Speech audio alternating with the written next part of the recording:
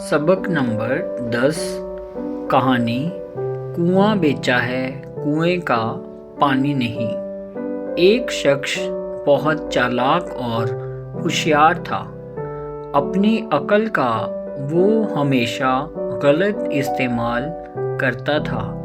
वो इंतहाई कंजूस और खुदगर्ज किस्म का इंसान भी था।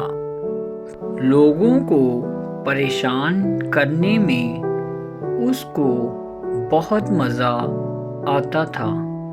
किसी शख्स के काम आना उसकी फितरत के खिलाफ था। उसके पास एक कुआं था, मगर वो किसी राहगीर को पानी देना तो दूर की बात, उसे कुएं के पास फटकने भी नहीं देता था। आस पास के लोग उसे समझाते कि देखो, ये कुआं तुम अपने साथ नहीं ले जाओगे। अगर इससे किसी को फ़ायदा पहुंचता है तो पहुंचने दो, अल्लाह तुम्हें इसका अजर देगा। इसलिए कुएं से लोगों को पानी पीने दो। लेकिन उस खुदगर्ज इंसान पर किसी बात का कोई असर नहीं होता था। आखिरकार एक खुदा तर्स आदमी ने उससे वो कुआं खरीद कर अल्लाह की मखलूक के लिए वक़्फ़ कर दिया।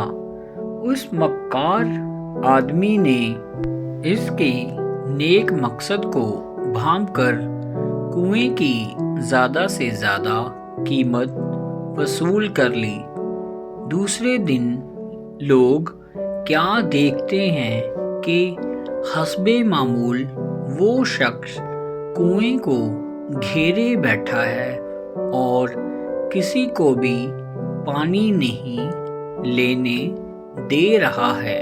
लोगों ने ये खबर उस सखी तक पहुंचाई। उसने आकर पूछा, अब तुम्हारा यहाँ क्या काम? तुम लोगों को पानी भरने से क्यों रोक रहे हो? कुआं मैं खरीद चुका हूँ और तुम्हें इसकी पूरी कीमत भी अदा की जा चुकी है। बराहे करम यहाँ से चले जाओ। मैंने ये कुआं अल्लाह की मखलूक ही के लिए खरीदा है। लोगों को पानी लेने से रोकने का अब तुम्हें कोई हक नहीं। वो बदखसलत आदमी जिरा करने लगा, जनाब, मैंने कुआं आपके हाथ ज़रूर बेचा है, लेकिन इसका पानी नहीं बेचा। माहदे में पानी बेचने का कोई जिक्र नहीं है। कुएं का पानी मेरा है, इसलिए जिसको चाहूं पानी लेने से रोकूं। इस मामले में आपको इख्तियार नहीं है।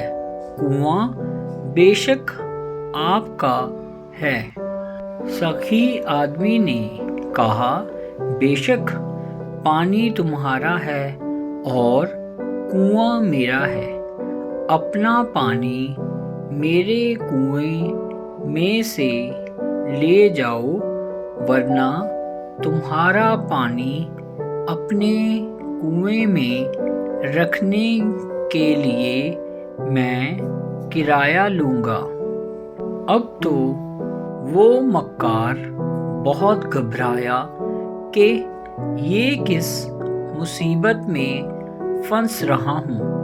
بھائی ٹھیک کہتے ہو، جاتا ہوں، اور پانی تو خدا کا ہے، مجھ سے غلطی ہوئی، معاف کر دو۔ یہ کہہ کر وہاں سے فوراً چل دیا۔